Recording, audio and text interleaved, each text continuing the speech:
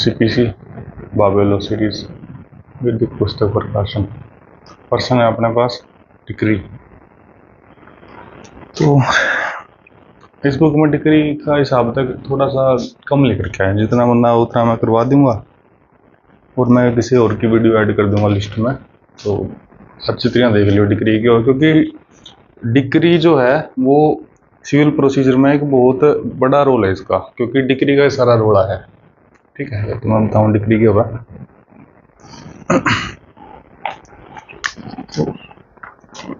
एक तो है डिक्री, एक हुआ ऑर्डर, एक हुआ जजमेंट। ठीक है, तो जजमेंट क्या हुआ है, जज हुआ है, जजमेंट हुआ है जज की स्टेटमेंट। जज की स्टेटमेंट मतलब जज जो स्टेटमेंट दे होगा नहीं उसने जजमेंट बोला। अगर जज की स्टेटमेंट दे होगा वो डिक्री प्लस ऑर्डर, इनका बेस पे एक जजमेंट प्रोवाइड कराया करे। ठीक है, तो ऑर्डर क्या हुआ है, ऑर्डर हुआ है जो कोर्ट की प्रोसीडिंग ने रेगुलर चलान खातर दिए जाए करे। भाई तू उस तारीख में पेश हो जाइए, ठीक है, तू ये डॉक्यूमेंट प्रोड्यूस कर दिए, तो उन बंदे ने बुला के ले आइए, इस तरीका के ऑर्डर दिए जाए करे। ठीक है, डिक्री जो है इसका एक बहुत बड़ा वो स्कोप है। ठीक है, बहुत ही बड़ा इसकी डेफिनेशन दे रखी है, बड़ी डेफिनेशन दे रखी है। ऑर्डर में डिक्री में सिर्फ इतना फर्क होया करे कि जो ऑर्डर होगा नहीं ये तो कोर्ट की डे टू डे प्रोसीडिंग चलान खातर दिए जाए करे, और डिक्री जो है करे वो पार्टी के राइट डिसाइड कर दिया करा है। ठीक है, ऑर्डर में उस दिन कह दिया कि तो उस तारीख ने आज ही कोर्ट में, तो ये एक ऑर्डर हो गया, उसकी आन की कह दिया। डिक्री के अंदर बता नहीं फलानी चीज़ तेरी है, डिक्री के अंदर राइट डिटरमाइन कर दिया उसका, ऑर्डर में कोई राइट डिटरमाइन नहीं कर दे। ठीक है, तो इन्हें देखेंगे आप डिक्री क्या हुआ है। डिक्री की जो डेफिनेशन है वो दे रखी है सेक्शन 2 सबसेक्शन 2 के अंदर दे रखी है। डिक्री क्या हुआ है, decree is formal expression of adjudication. Word आ गया formal expression of adjudication. Adjudication का मतलब है निर्णय देना। ठीक है, और फॉर्मल एक्सप्रेशन का मतलब है एक होगा फॉर्मल एक्सप्रेशन, एक होगा इनफॉर्मल। ठीक है, ये कम्युनिकेशन में आपने देखा होगा फॉर्मल कम्युनिकेशन वगैरह कि इनफॉर्मल कम्युनिकेशन वगैरह। तो इनफॉर्मल का मतलब तो ये हो गया कि जज ने एविडेंस वगैरह देखे, भाई एक केस था राम के बीच में और श्याम के बीच में, जज ने एविडेंस देखे और मुँह जमाने को कह दिया भाई हाँ मन लगे है भाई ये जमीन राम की है श्याम की को नहीं। ठीक है, तो वो इनफॉर्मल हो गया। फॉर्मली क्या हो गया कि हाँ सबूतों को देखकर लग रहा है, मतलब एक लिखण लग रहा है उसमें, सबूतों को देखकर लग रहा है कि इन सबूतों से मुझे लग रहा है कि ये जमीन राम की है। एक फॉर्मल तरीका था निर्णय देने लग रहा वहाँ। ठीक है, इसमें क्या है, कोर्ट एक्सप्रेस करेगा conclusively determine the right of parties with regard to all और एनी मैटर इन कंट्रोवर्सी।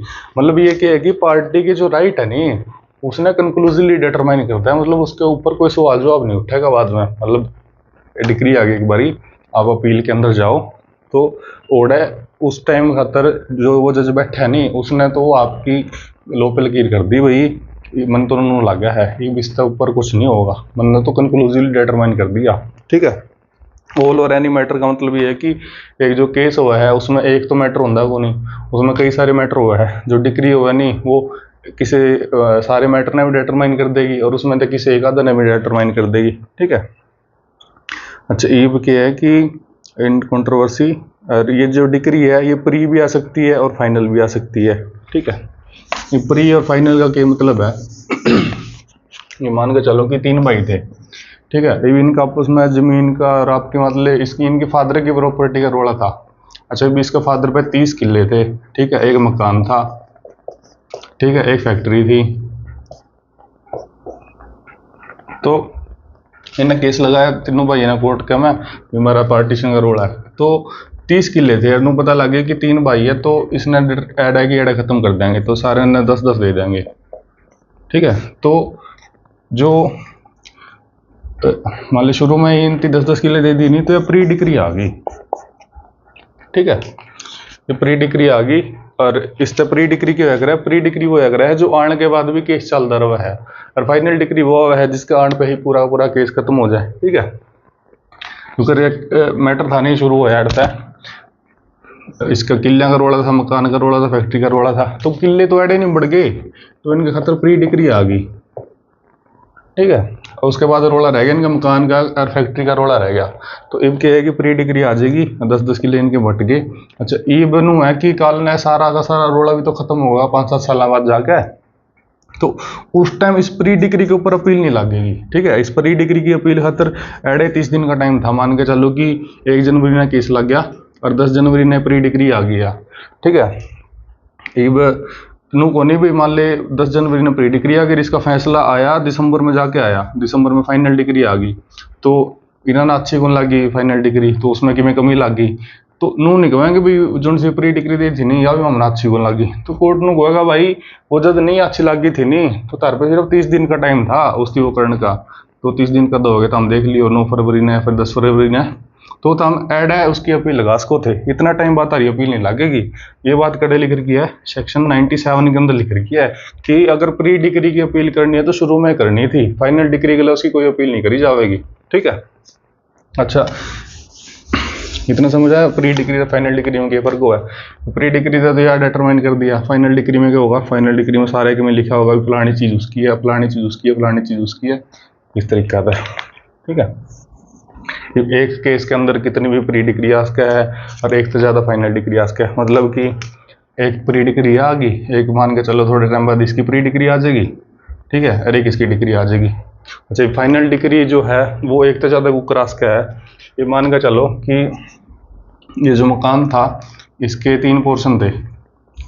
ठीक है, यह सुलट गया अपना, फैक्ट्री सुलट गई। ठीक है, मकान रह गया था, ये मकान के 3 पोर्शन थे, तो ये तीन पोर्शन अलग अलग डिवाइड कर दिए। ठीक है, तो तीनों भाई हमें अलग अलग पोर्शन डिवाइड कर दिए। तो यह पोर्शन इसने मिल गया, राम ने मिल गया, ये श्याम ने मिल गया और यह सुरेश ने मिल गया। ठीक है, ये वो है कि ये जो तीनों हिस्से मिले थे इनने, तो राम भी इससे सेटिस्फाई था, पर जो श्याम और सुरेश थे नहीं ये आपस में सेटिस्फाई कौन थे। राम बोला भाई मैं तो राजी हूँ, मन तो सारा कि मैं सही मेरे हिसाब से मिल गया। इनका आपस में रोड़ा रह गया, ये कि बोला है कि भी मेरे नहीं मन ने इस पर पीछे लेने थे थोड़े से, और मन ने यह हिस्सा जो था नहीं मेरी ज़मीन का, यह हिस्सा इसकी बेच दिया था पहला और मैंने इसे पीछे लेने थे, तो यह हिस्सा इसका जाओगा। तो जो फाइनल डिग्री है नहीं इस खातर तो फाइनल होगी, इनके खातर फिर भी फाइनल को नहीं हुआ, इनके खातर फाइनल कद होगी जब इनका जो ये मैटर है नहीं यह भी सुलट जाएगा। तो इस तरह एक बात समझ आए कि एक केस के अंदर एक से ज़्यादा प्री डिग्री आ सका है और एक से ज़्यादा फाइनल डिग्री आ सका है। ठीक है, ऐड तक समझ आएगा।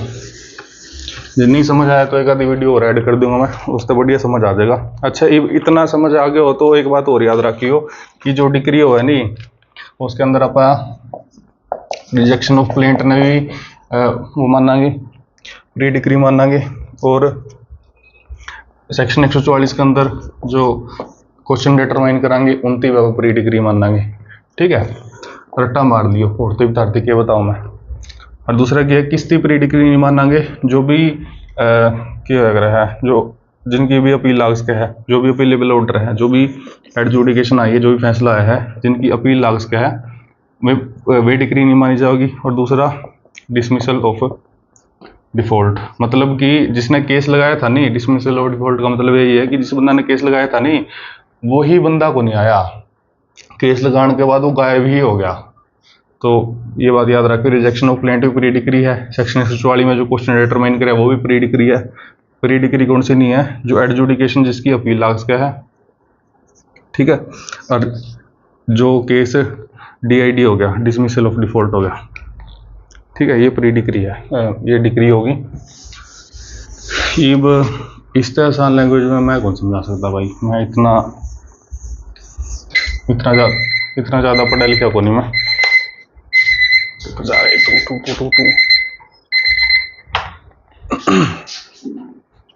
अच्छा ईब 2-3 टर्म और हुआ है, 2-3 टर्म क्यों है इसमें पढ़ के बताऊं मैं।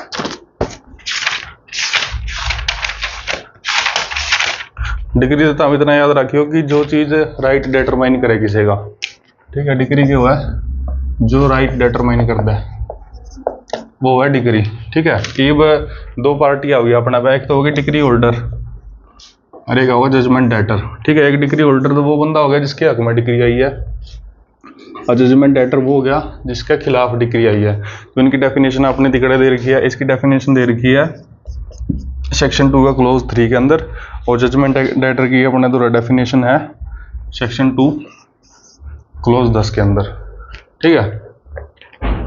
अब एक बात यह है कि जो डिक्री होल्डर है नहीं, जिसने केस लगाया नहीं, वो डिक्री होल्डर को नहीं होता। ठीक है। केस के अंदर दो पार्टी होया करे, एक तो वह प्लेंटिफ जिसने केस लगाया है, और एक और डिफेंडेंट जिसके खिलाफ केस लग गया है। ठीक है। तो डिक्री होल्डर कोई भी उसका है, प्लेंटिफ भी उसका है या फिर डिफेंडेंट भी उसका है, या फिर कोई ऐसा पर्सन जो ना तो प्लेंटिफ है ना डिफेंडेंट है, वो भी डिक्री होल्डर उसका है। मान के चलो कि इनका आपस में रोड़ा था, राम का और श्याम का आपस में रोड़ा था। ठीक है। पर केस में देख कर उन्हें पता लग गया कि कोई एक इनका किराएदार भी था। ठीक है। या फिर कोई और बंदा था इनका टाबर में, इनका परिवार में कोई बंदा था जिसका हक बना है। ठीक है। मान के चल कि इसका दूर का कोई रिश्तेदार था। ठीक है। उसका क्या नाम था कि मैं नाम ले लूँ उसका, मोहन नाम ले लो उसका, मोहन नाम का बंदा था। तो मोहन का भी हक बना है। तो मोहन जो है ना तो प्लेंटिफ है और ना वो डिफेंडेंट है, फिर भी उसका हक में डिक्री आ जाएगी, तो वो भी डिक्री होल्डर बन सके। तो इस तरह समझ आया कि डिक्री होल्डर जो होगा वो जरूरी नहीं है कि प्लेंटिफ हो या फिर डिफेंडेंट हो। डिक्री होल्डर वो बंदा भी उसका है जो केस की पार्टी भी नहीं था। ठीक है। अच्छा, डिक्री होल्डर हो गया, जजमेंट डेटर हो गया। ऑर्डर मैंने बता दिया। ऑर्डर की डेफिनेशन जो दे रखी है वो इसके अंदर दे रखी है सेक्शन 2 सबसेक्शन क्लोज 14 के अंदर दे रखी है। और एक जज की भी लिख दियो, लिखी जाओ जिधर पे जज कौन हुआ है, presiding officer of the civil court होया करे, मतलब सिविल कोर्ट का जो अध्यक्ष होगा वो जज होया करे है। इसकी डेफिनेशन अपने लिए दे रखी है 2(8) के अंदर। ठीक है। इतना एक्स्ट्रा था, और एक्स्ट्रा इसका मैं क्या कर पाऊँ।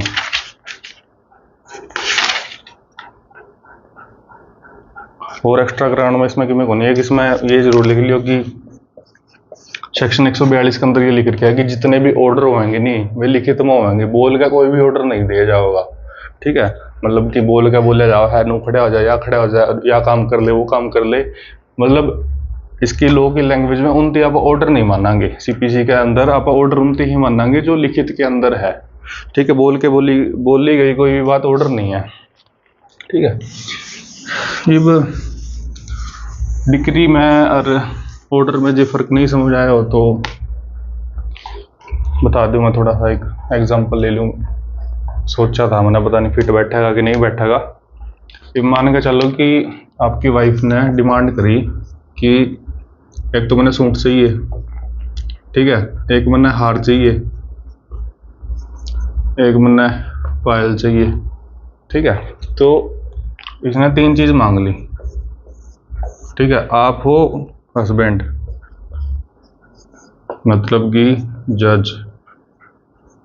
ठीक है। तो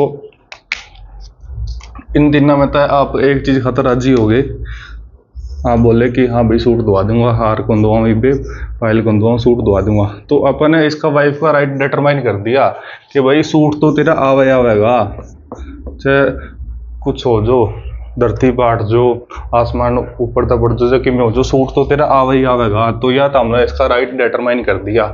ठीक है। ये मान के चलो ये आ गई प्री डिक्री। ठीक है।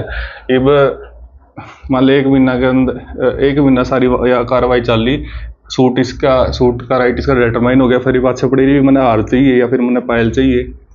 अच्छा, फिर क्या हो गया कि सूट की तो बात थी। ठीक है।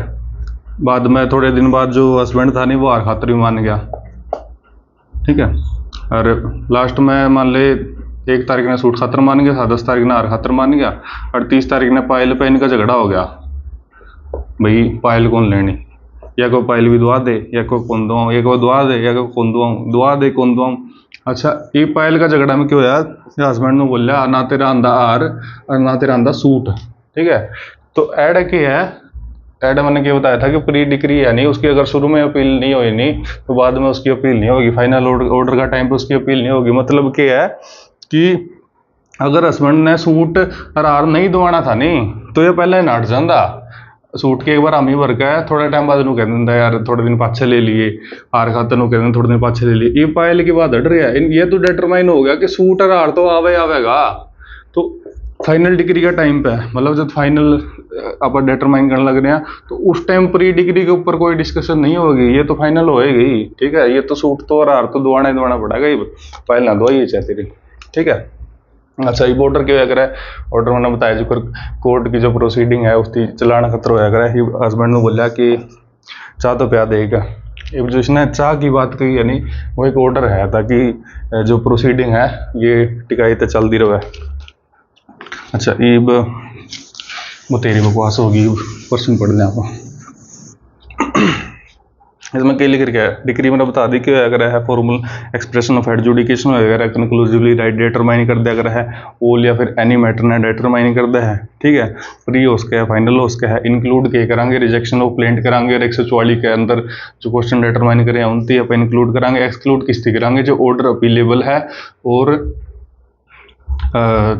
जो DID हो गए। ठीक है, डिसमिसल ऑफ डिफॉल्ट हो गए उनती आप इंक्लूड नहीं करांगे। ठीक है, इसकी एसेंशियल क्या है, एसेंशियल इसके अंदर क्या लिख रखा है कि पहली बात तो क्या है कि या सिविल कोर्ट या फिर रेवेन्यू कोर्ट इसने पास करेगा। दूसरी बात क्या है कि यह सूट थी वो कर देगी, डिस्पोजल ऑफ सूट का टाइम पे ही दी जावा है, कंक्लूसिवली राइट डिटरमाइन कर दे पार्टी के, फॉर्मल एक्सप्रेशन है मतलब एक फॉर्मल तरीके से एक्सप्रेस किया जाएगा एडजुडिकेशन को।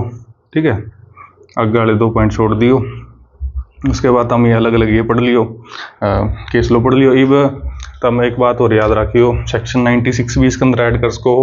सेक्शन 96 के अंदर क्या रखा है, सेक्शन 96 के अंदर अपील की बात कर रखी है। अच्छा ये अपील क्या हुआ है, अपील हुआ है जब 2 पार्टी हुआ है जो मालिक प्लेंटिफ या फिर डिफेंडेंट जो है नी, इनमें तो एक पार्टी डिससेटिस्फाई है, डिससेटिस्फाई यानी वो पार्टी अगर हायर कोर्ट में जाओगे जो इनका ज़मीन का रोड़ा था मान के चलो, ठीक है, इसने केस लगाया या केस हार गया या फिर मान के चलो या केस जीत गया, इसके हक में फैसला आ गया या ज़मीन डिफेंडेंट की है। ठीक है, ये पार्टी जो है असंतुष्ट है तो यह हायर कोर्ट में जाएगी अपील लगाने खातर। ठीक है, और अपील करेगी बाबू जी दुआ दो कि मैं, तो इसने अपील क्या करा है, तो 96 के अंदर अपील की ही बात है। अच्छा अपील किस किस की लग गया है या किसकी कौन लग दी, तो इसमें 4 पॉइंट है। पहली बात तो जो ओरिजिनल जुरिडिक्शन फॉलो करते हुए जो डिक्री आ गई उसकी अपील लग सकता है। दूसरी बात क्या है, कोई सूट एक्स पार्टी हो गया, ठीक है, मतलब कि डिफेंडेंट नहीं आया था, अगर डिफेंडेंट नहीं आया तो इसका प्लेंटिफ का हक में फैसला आ गया होगा तो उसकी भी अपील लग सकता है। ठीक है, तीसरा क्या है कि प्लेंटिफ और डिफेंडेंट 2 पार्टी वगैरह नहीं, इन्होंने आपस में सहमति करके डिक्री ले ली, भाई हम सहमत है, हमारा जो रोड़ा था हम आए जरूर थे बट हम राजीनामा करना चाहो। हाँ, तो जो कंसेंट डिक्री होएगी नहीं इसकी अपील नहीं लगेगी। ठीक है, और एक कोर्ट होएगा स्मॉल कोजिज कोर्ट जो छोटे मोटे मैटर देखा करा है, स्मॉल कोजिज कोर्ट। ठीक है, अगर इसने 10,000 तक की डिक्री दी है नहीं तो 10,000 तक की डिक्री की अपील नहीं लगेगी, इससे तले की अपील नहीं लगेगी। अगर 10,000 रुपये की भी अगर देर की डिक्री तो उसकी अपील लग सकती है। ठीक है, तो ओरिजिनल जुरिडिक्शन वाले की अपील लग जाएगी, एक्स पार्टी की अपील लग जाएगी। ठीक है, कंसेंट की अपील कौन लगेगा, कंसेंट डिक्री की, और स्मॉल कोजिज कोर्ट का जो मैटर 10,000 तक कम है तो उसकी अपील नहीं लगेगी। अच्छा एक इनके अंदर फर्क क्या है अपील में और ऑर्डर में, मेन जो फर्क है वो तो मैंने बता दिया धरती भाई, डिक्री राइट डिटरमाइन करता है और जो ऑर्डर होया करे वो कोर्ट की प्रोसीडिंग चलाने खातर होया करे। इब जो डिक्री है नहीं सारी की सारी डिक्री की अपील लाग सकता है, अपील लाग सकता है, बट सारे जो ऑर्डर हुआ नहीं ऑर्डर की अपील नहीं लगेगी, सारे की नहीं लगेगी, किसी किसी की लाग सकता है, सारे की नहीं लगेगी। अच्छा क्या कहूँ मैं, सारी जो डिग्री हुआ है इनकी अपील लाग सकता है, सारे ऑर्डर की अपील नहीं लगेगी।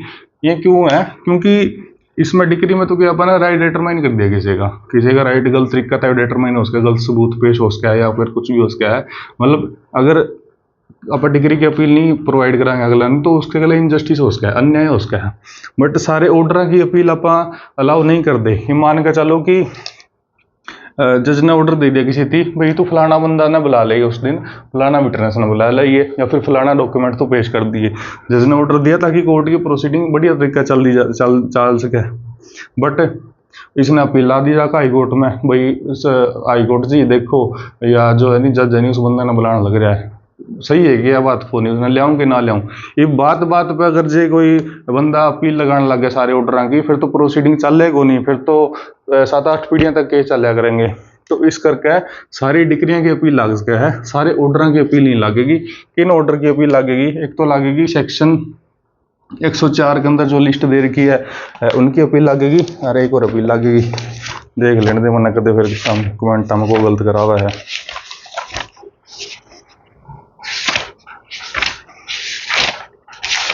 जगह नया कट गया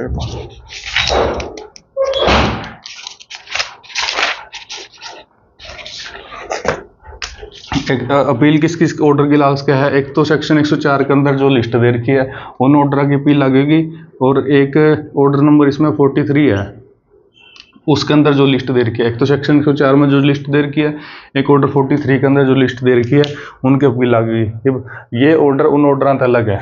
एक आप इस पर्सन में जिस ऑर्डर की बात करें, हाँ मैं तो है अगर हुक्म देना, और इस बुक के अंदर जो ऑर्डर है उनका मतलब है प्रोसीजर, मतलब उन ऑर्डर के अंदर प्रोसीजर बता रखा है।